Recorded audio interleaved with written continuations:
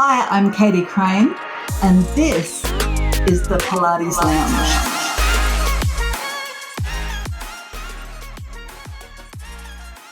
Hi everyone, my name's Katie Crane. I am the Pilates professional. Welcome to another episode of the Pilates Lounge podcast, the podcast for Pilates instructors and movement lovers worldwide. Thanks so much for joining me. I thought today that we could talk about moving forwards or progressing. Because the thing is, like, I work with trainee instructors, right? You guys pretty much know that. And I just love observing their journey. And I love being a part of the new instructor's pathway. Not only does it remind me so much of my own experience when I was becoming an instructor, but taking time out and spending time with instructors as they're learning really solidifies some observations that I've made over the years. And one of those observations really is about how do we help our clients progress? When do we know when to progress them? And why can it be so damn frustrating for some people? Like, why do some people just seem to get stuck in this little cup as if somebody's stirring them around in the coffee cup and they're just going round and round and round, while other people seem to continually keep moving along in a more of a less linear fashion? Well, the thing is, progression is not linear at all. And somebody's experience with progression, is super individual. Like, everybody comes to Pilates from a very different place, every individual. So it's not like everybody starts at the same starting line at all. In fact, by the time somebody comes to Pilates, they've quite often tried absolutely everything. If they are into movement, then, maybe they've played different sports throughout their lives. So they've already got these integrated movement patterns in their body. A lot of the time they have not played sport. It seems to me that people who are attracted to Pilates are sometimes repelled by, like, the gym setting. And I think that more than anything, it's just that a Pilates studio tends to be a calming space. And so a lot of the time, well, from conversations that I have, people that don't like the gym, part of it is that it can be noisy and a bit brash and too many mirrors, so sometimes a little bit in your face. And, that's not the way that gyms are these days. There's some beautiful gyms out there that do kind of inspire the same feelings that a Pilates studio has. But, if we think about the good old 80s gyms, they were noisy and there were a lot of meatheads walking around looking at themselves in the mirror. So a lot of the time, people who come to Pilates are not natural movers. Very often, I see people who come to Pilates are thinkers. They spend a lot of time introspection. So they're inside themselves. Maybe they're a little bit, what's the word for it when you're quite introspective? When you're not outgoing. I can't think of the word right now. It'll come to me, but you know exactly what I'm talking about. They're a little bit shy. They're not so outspoken. Quite often those people are attracted to Pilates. Not all the time, of course, like, goodness me, we have so many people that are really out there, really bubbly personalities, but I'm just generalizing. And so everybody comes from such a different place that if we're teaching a group class, it's very, very difficult to move everybody forwards at the same pace and expect that everybody's going to pick up the ball from the same point and run with the ball, because some people have never seen a ball before. So for some people, they need a lot of explaining to. Some people have never spent time inside their own body. Some people actually have never felt their hamstrings connect. They don't even know what it feels like. How often do you hear a client say that, or a student say that, when you're like, you feel that in your butt, right? Or you feel like that in your hamstrings, right? And they look at you with a blank look on their face. And then for a moment, you've got to point, well, I mean here, because sometimes it's like, well, do they maybe not know where their hamstrings are? Well, there are my hamstrings, but they're still looking at you with a blank face. So some people have really never, they've never felt their body before. They've never connected their mind to their body, or they've never recognized anything activating their body. Some people live in pain or have lived in pain for a long time, and quite often that confuses or it changes the connectivity between the brain and the body. So sometimes they will feel constantly wound up and not know whether the tightness that they're feeling is a good tightness, is a muscle switched on, or is a bad tightness. Some people, if they're hypermobile, then they definitely struggle with proprioception. So they don't necessarily know where their body is in space. So if you're doing something, for example, like kneeling hands in straps, I think is a classic exercise. Or even if you're sitting on the long box, if they're not at the performing level of a high kneeling position, say you've got them sitting on the long box doing hands in straps and you're doing hug a tree, how often do you see people, so however you want to do it, whether your elbows bent or your arms are straight, say you bring your arms out in front of you and then you ask people to take their arms out towards a wide V or a T, you look around the class and more than half of the class have already overextended themselves and their arms are reaching behind them, just hanging out in their ligaments, not connected to any muscles. And you hadn't had time to prevent that. So in the next one, then you've really got to go over it, really cue that. Okay, when you take your arms out to a T, make sure you can see your fingers in your peripheral vision the whole time. This is why Pilates cues so much. And this is why we work on things like control and precision, because so many people are disconnected to the body. And even people that are big movers, even people that I see people that have run all their lives, or triathletes. We work a lot with triathletes, and on the bike, on the road, sometimes in the water. Quite often that's their weak point. But, when they're doing the activities that they're used to, they can be really, really good at it. But then you ask them to do something dynamic like a rotation or a mermaid or something that is quite foreign to them as far as movement is concerned, and they got no idea where their body is in space. So if we're working, and whether you're working one-on-one in a semi-private setup where everyone's doing their individualized program, or if you're teaching a group class, whether it's on a machine or on the mat, everybody has started at a totally different place. So to expect everybody's experience and everybody's journey to be at the same level is never going to happen. But what I do recognize is there's two things that play with the forces of moving forwards, and those are consistency and time. So people need to be doing something, and it doesn't matter what it is, whether it's Pilates or anything at all. We need to be doing it consistently, and we need to be doing it for an extended period for us to expect any type of progression.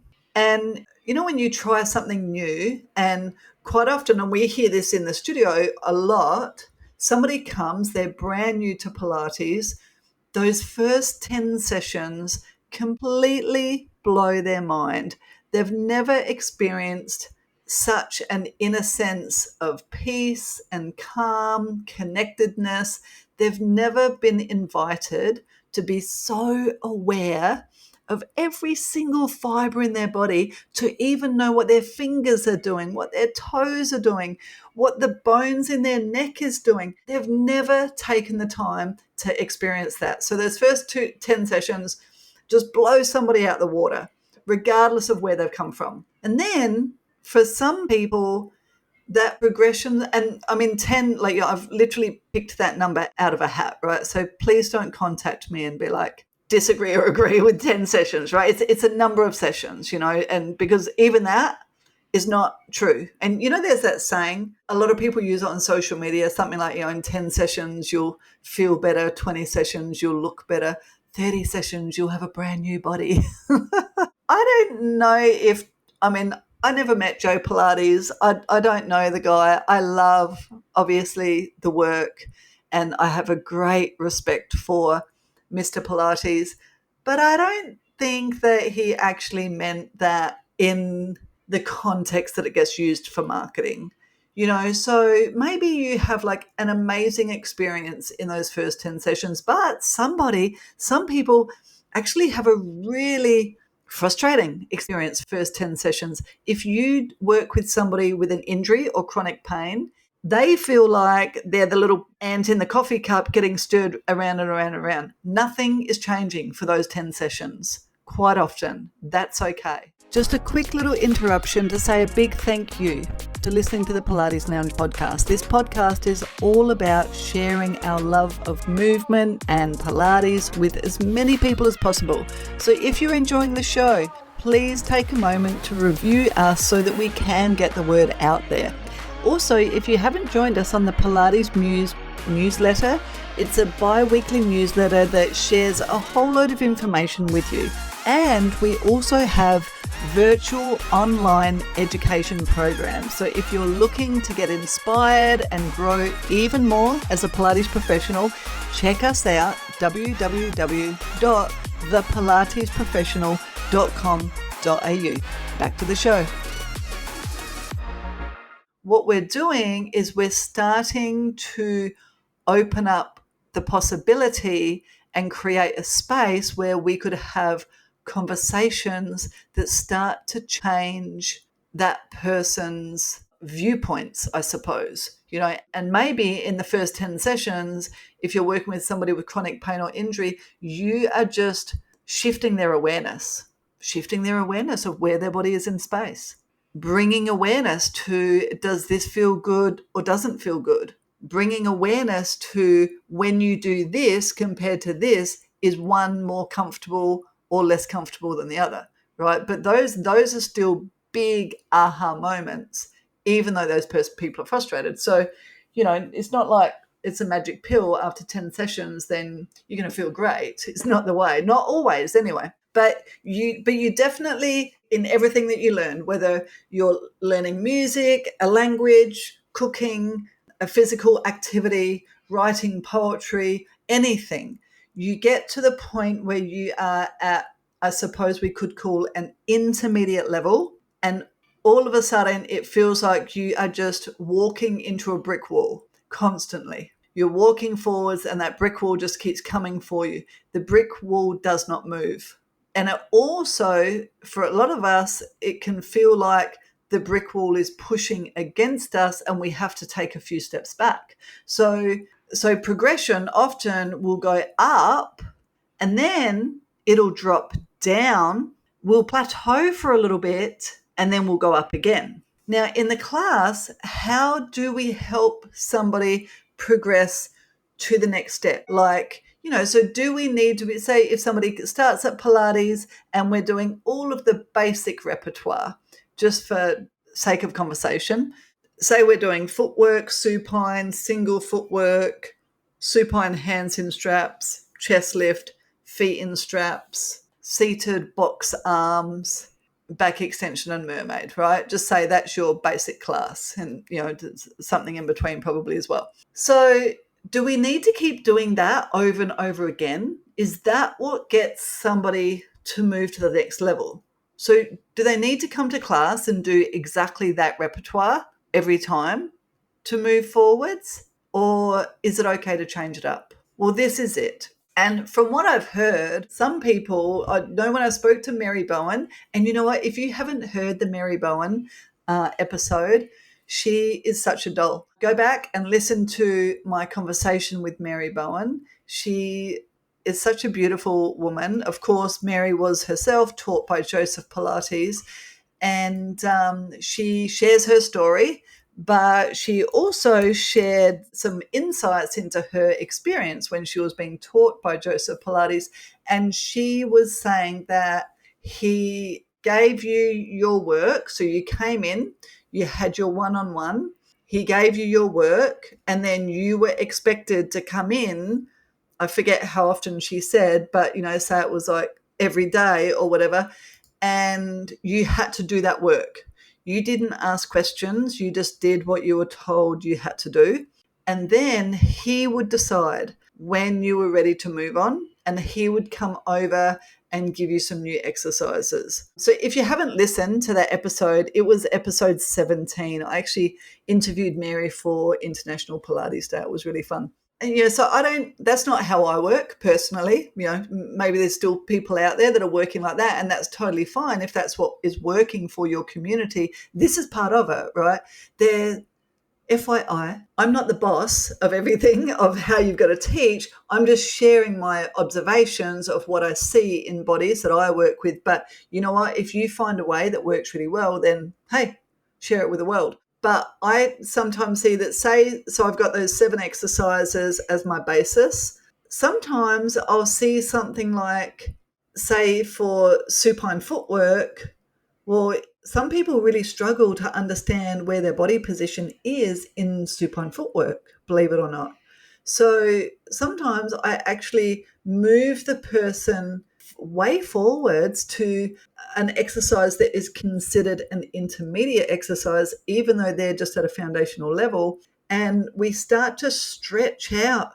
We start to play around with their understanding of the concept, because a lot of Pilates exercises are based on the same concept, or they're trying to create a similar experience, but we've just changed the relationship to gravity. And the exercise that I sometimes use for people who are really struggling to maintain good stability in footwork, believe it or not, is like some of the up stretch series. So, like elephant type of stuff, elephant and upstretch 1. And I know, right? But the reason I do it is, well, I had a mentor once, and she used to say, if something's not working, don't keep doing it and hope that you're going to change anything. And she literally used to say, if the dog is dead, you can't hit it against the wall and hope that you're going to undead it. The dog is dead. So get another dog. But if footwork, for example, isn't working for somebody, and they're just all over the place, to me, footwork is hip disassociation. We are learning pelvic lumbar stability. So what I don't want to see is that when you extend your legs, you're arching your back, or when you bend your knees, you're really rounding your back. You're, to a good extent, and I certainly don't want to see your hips wobbling all over the place. What I'm looking for is that stability and the understanding of maintaining stability of one part of the body while moving another part of the body. Of course, stability is not rigidity, and I forget what episode I said that on, but I definitely spoke about it a little bit. Maybe it was in one of the fascia episodes. But if somebody's not getting that, I'm not going to keep them doing the footwork hoping they're going to get it. They're not getting it. So instead, I'll often get the person up and get them to stand on the machine and like have it a little bit heavier than what I might traditionally do some of the upstretch series.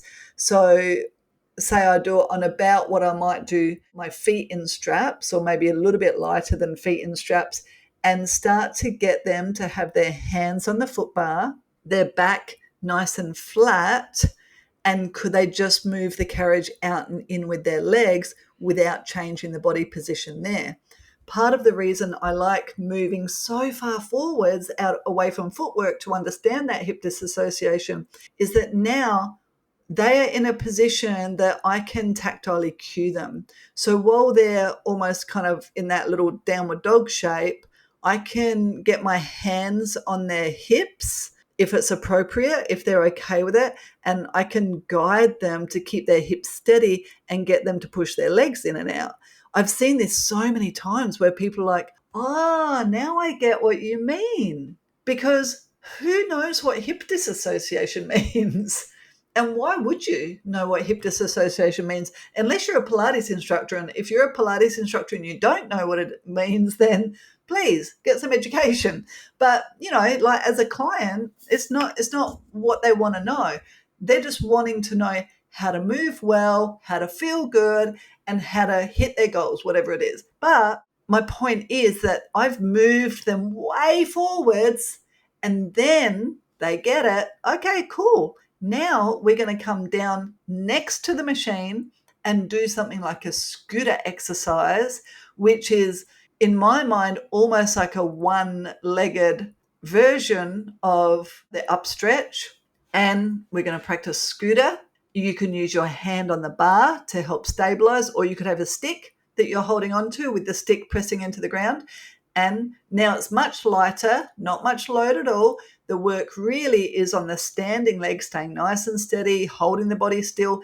Hip disassociation, carriage is moving out and in, nothing else is happening in the body. Do you get it? Yes, I get it. And again, they're in the perfect position for me to cue them easier, because now partly what's happening is if somebody's standing upright, do you think that their neuromuscular system has a better understanding of their body in space compared to laying down on their back, or a worse understanding of their body in space? Well, we are bipedal, right? We spend a lot of time standing upright. So we normally have a better understanding of where we are in space. Get us on our back doesn't give us a whole lot of information when we're laying on it, right? Which is why a lot of people just have no idea where they are in space when they're laying on their back. And you see all sorts of things. It's wonderful in the studio. You see like everybody's kind of dancing to their own little tune in the class, and that's okay. But for us to get people to understand concepts and get the movement well, go way past where they are and then come back. Now revisit it. Now you've got it. But consistency is absolutely key. So the process of progressing is like a wander through the forest. It's like a meander, through the hills or something. It's like snowboarding down a mountain. It's not linear. It's not a straight line. It's not like the road from Darwin to Adelaide, which is pretty much a straight line straight through the middle of Australia. It's more like the Great Ocean Road. It winds and it curls, and you get to see different things along the way. And some of those things are spectacular.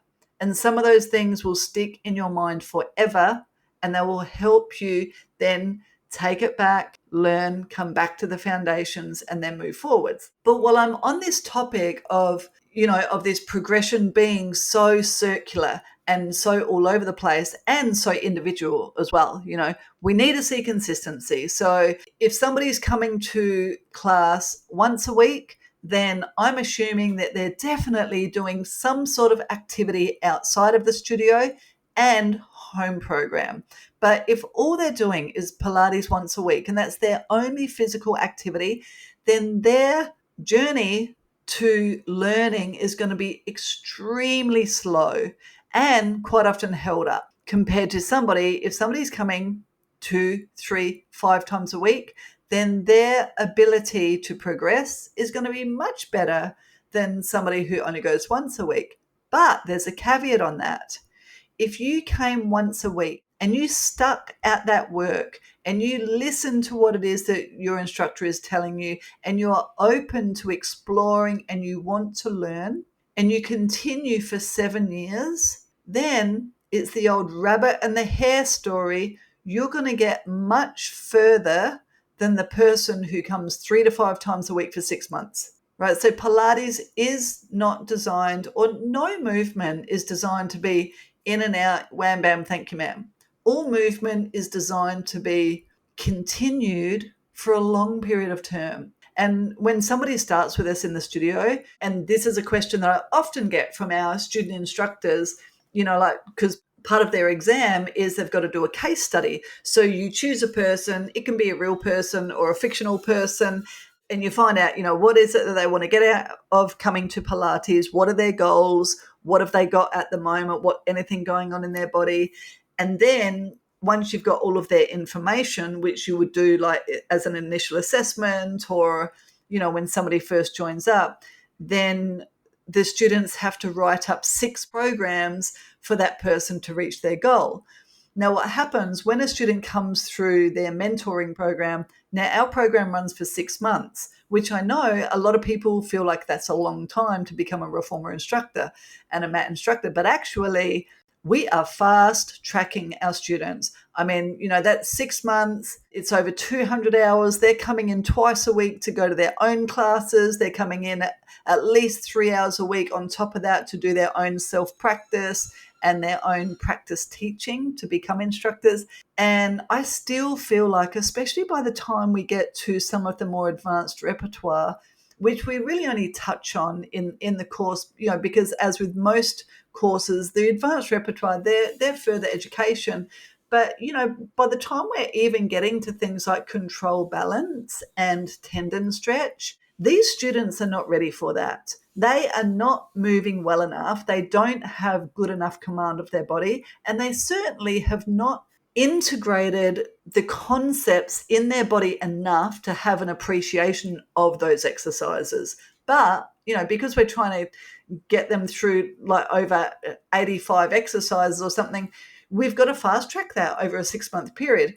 So then when they go out and they write up their case study, and even once they get out teaching, I see this all the time, they're either progressing too much or too fast in the case study, and or they haven't allowed for the client to be with them for long enough. So when a client starts with me, I just assume off the bat, I've got them for at least 12 months, if not 2 years. And if you are very clear with your clients when they start with you that, yeah, sure, we can reach your goals, no problem. And when somebody asks, well, how long is that going to take? Because that's always a question on everybody's mind.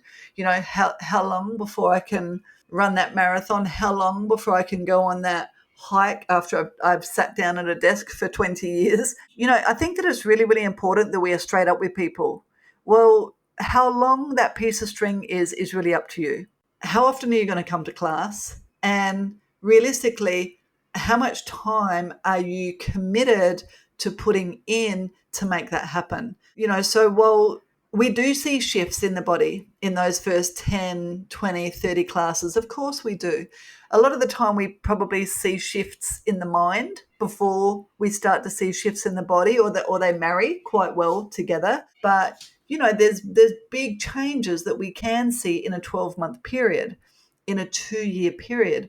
Oh my goodness, if so many times I've had clients who come, with things going on, and in hindsight, I wish that I had taken some video footage of them when they started, or a photo of them when they started, so that we could show them how far they've come. I mean, people can always feel it. They're very aware of it.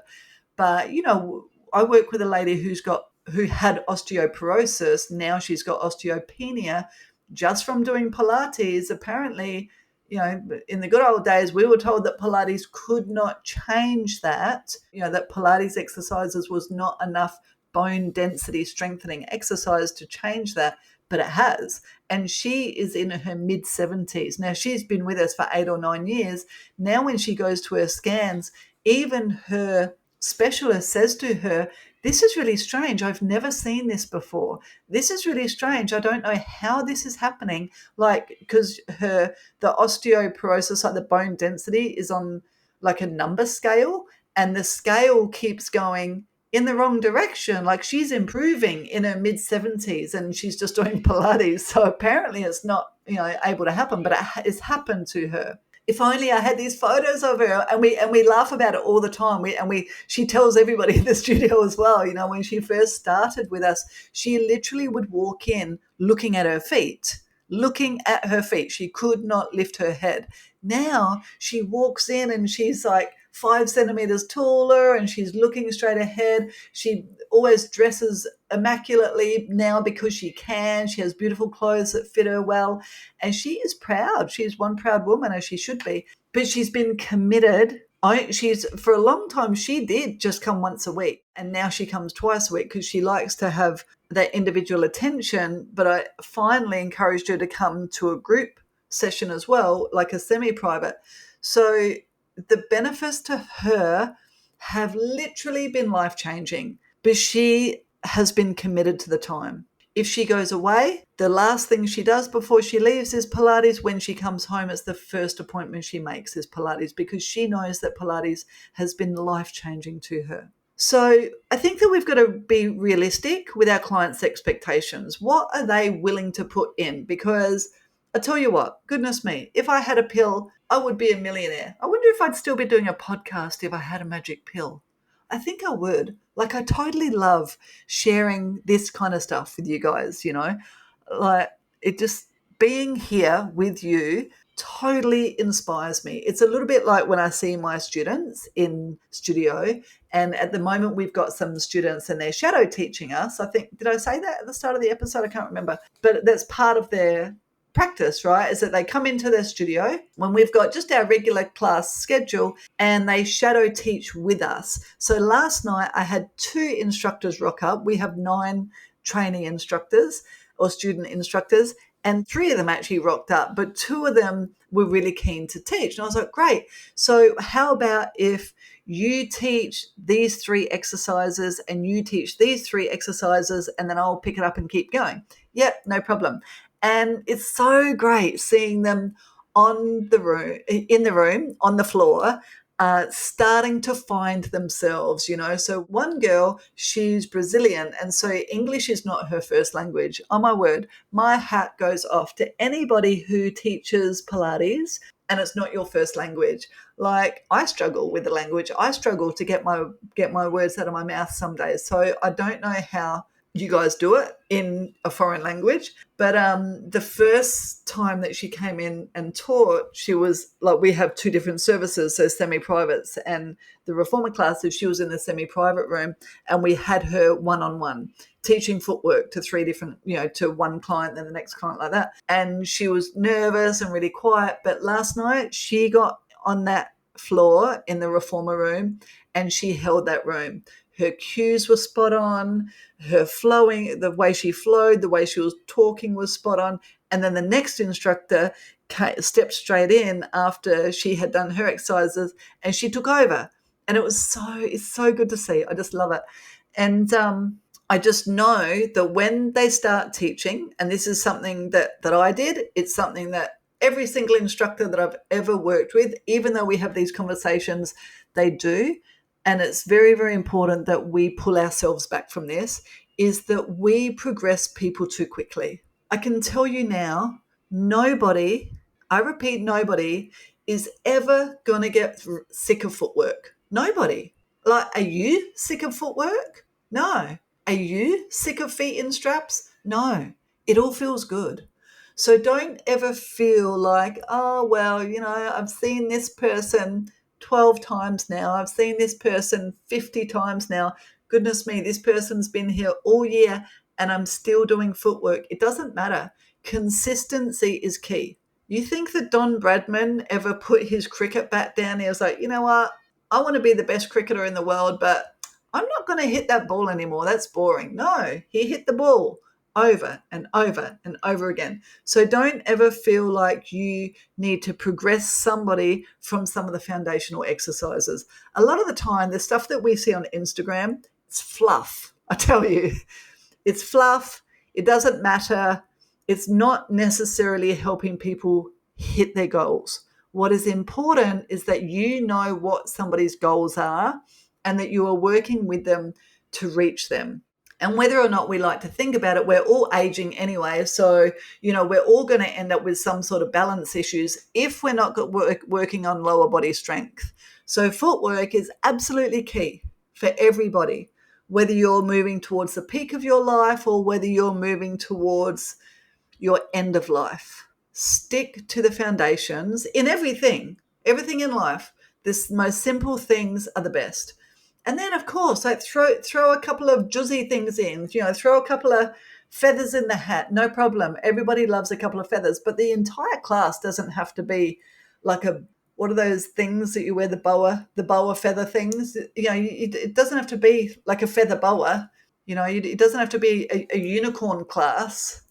Just throw in a couple of really stand out exercises or stand out curious experiences for people, and then the rest can be stuff that they're familiar with. That's how I see it anyway, and I see that that's when people really start to progress. So the way that the brain works is the brain loves two things. It loves familiarity.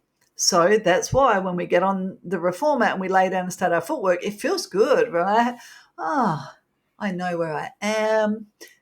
I know what I need to do. I know this is good for me. I'm willing to do it, right? The brain, always the survival, always looking for the easy way out. Brain likes familiarity.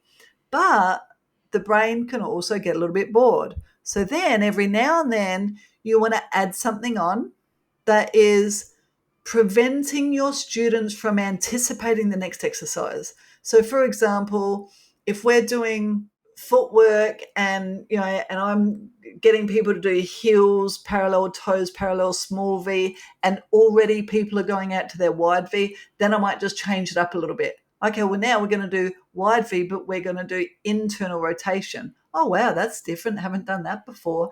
Okay, so I was kind of going off in my own little tangent. I was starting to not take notice of my body. I wasn't listening to the instructor, but all of a sudden, hey, she's getting me to do something different. Gee whiz, I better take notice again. Now my brain and my body is reconnected. So now I do something different. So it's kind of like that, right? So you're going to progress people by doing familiar things and then a couple of outside of the box things all the time, every time they come to class. So in my mind, the class is never exactly the same, but it is familiar. There are some familiar things in the class. Quite often, I like to maybe start with something that's familiar and end with something that's familiar, because then the brain also will understand, yep, okay, I know this beginning. I know that this is the time that I need to start listening, relax into my body, start taking notice of my body, start connecting with my inner self because I'm doing something familiar. I know what this is all about. And then in the middle, we do something fun and outgoing and a little bit out there, not so familiar, bring everybody back to having to think a lot. The neurons are firing, their neuromuscular system is really having to work hard. And then as I wind down, we come back to the familiar. And the body and the brain starts to recognize that, oh yeah, I know where I am again. I know that I'm capable of this. I know that I can do this. This feels good. I'm safe and I succeeded. It's very, very, very important when we teach a class that we make sure that our students leave having felt like they've done well. Nobody wants to leave feeling crappy about the class that they had. And, so if you've put so many difficult things in there for them, and difficult can be foundational exercises. Difficult doesn't need to be, standing on a chi ball, weights in the hand, foot in a strap. There doesn't have to be a lot going on for things to be difficult for people. Difficult for people might just be a couple too many balance challenges for them. It might just be the wrong tempo for them. It might just be too many changes in body position throughout the class. It might be that the springs have been changed too many times. Difficult is different for everybody. But, we've got to be very, very careful of not just throwing all of our great ideas into one class. Understand and recognize and accept that every single student in your class is going to be with you for the next 2, 5, 7, 10 years. And if you throw out to them all of your best creative ideas in the first 6 months, well, you've run out of things already. Don't feel like you've got to throw them everything. Like you're not on show in class. The classes that you teach have nothing to do with you and everything to do with your students.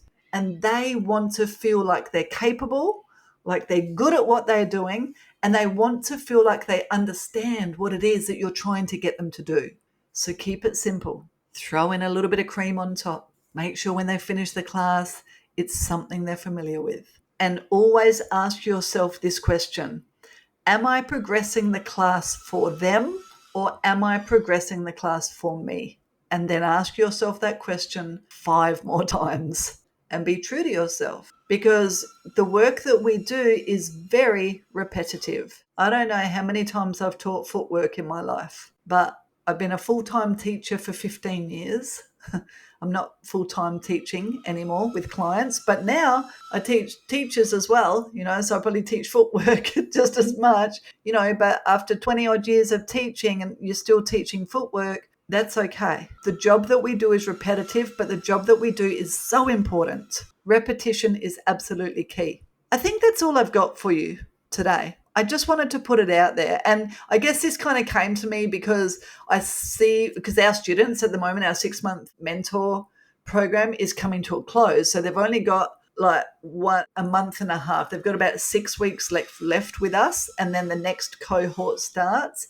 And I just see this start to happen, that they're putting their classes together. The classes are great, but they're already teaching the intermediate repertoire to beginner clients. If you're going to do that, have a reason for it. So how I do like the footwork and then up stretch, then come back. I'm only doing that so that then they can understand that concept. Then we're going to come back and then we're going to continue to progress forward slowly. Slow it down. You've got a whole lifetime of teaching in front of you. It's like a marriage. And I hope that when you get married, if you're not yet, you have a very long-lasting marriage as well. Thanks so much for joining me, everybody. My name's Katie Crane. I am the Pilates professional. And if you haven't heard yet, I've got some online programs coming out available for you if you are already an instructor. So, of course, we have our 6-month mentoring program that we do in person, face-to-face at a few different locations. If you're looking to become an instructor, reach out. Or if you know somebody who is, reach out.